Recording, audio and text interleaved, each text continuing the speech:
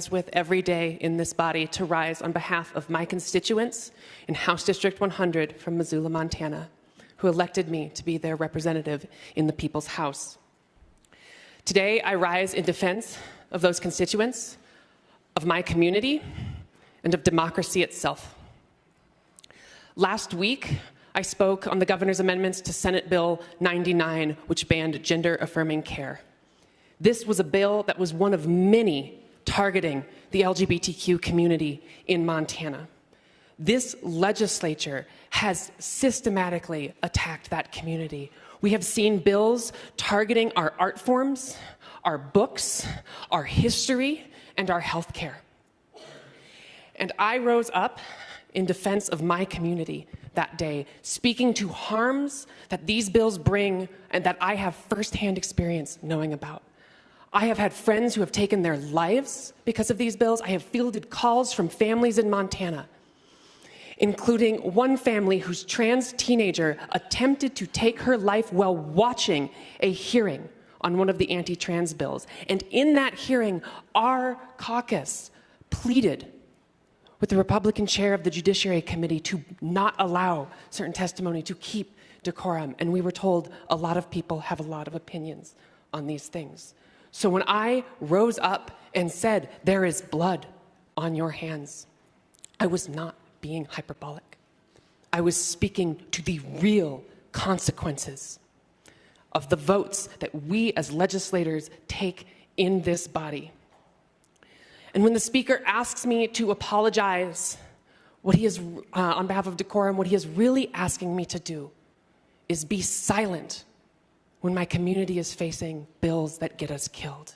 He is asking me to be complicit in this legislature's eradication of our community, and I refuse to do so, and I will always refuse to do so.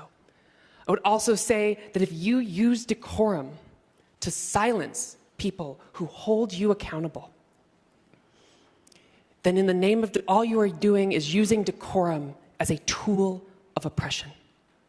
Additionally, when the speaker disallowed me to speak, what he was doing is taking away the voices of the 11,000 Montanans who elected me to speak on their behalf. And when I continued to not be recognized, what my constituents in my community did is came here and said, that is our voice in this body. Let her speak. Let her speak. And when the speaker gavelled down the people demanding that democracy work, demanding that their representative be heard, when he gavelled down, what he was doing is driving a nail in the coffin of democracy. But you cannot kill democracy that easily. And that is why they kept chanting, let her speak. And why I raised my microphone to amplify their voices, to make sure that the people who elected me here are heard. And that when this body seeks to pass bills that harm our community, that get us killed, that this body is held accountable for those actions.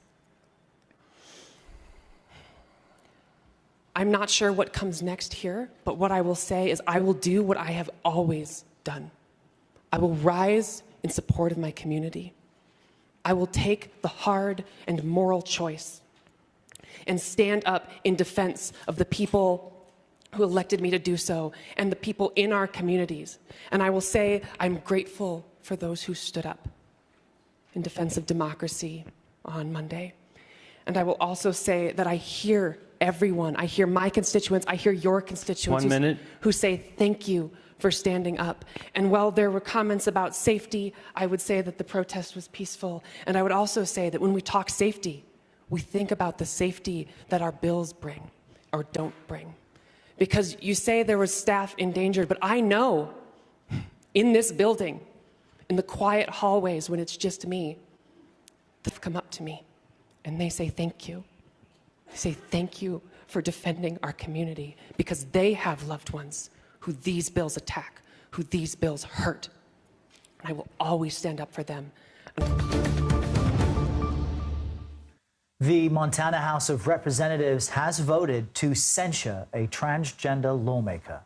The vote happened just a moment ago. Let's listen to how it went down. In favor of the Majority Leader's motion, vote aye. Those opposed, vote no. Clerk, record the vote. Are there absentee votes? Mr. Speaker, Representative Weatherwax votes no.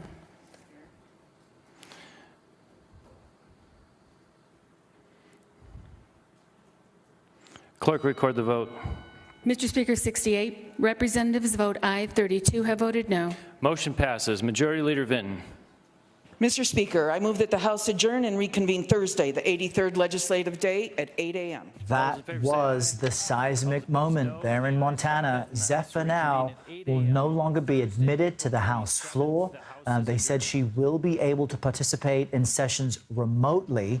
Zaphyr did not apologize for a protest she led at the chamber earlier this week.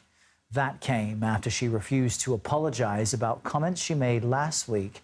And today she stood her ground on the same position.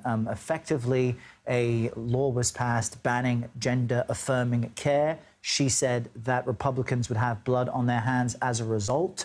She stood by those comments today, and now she has been censured for it.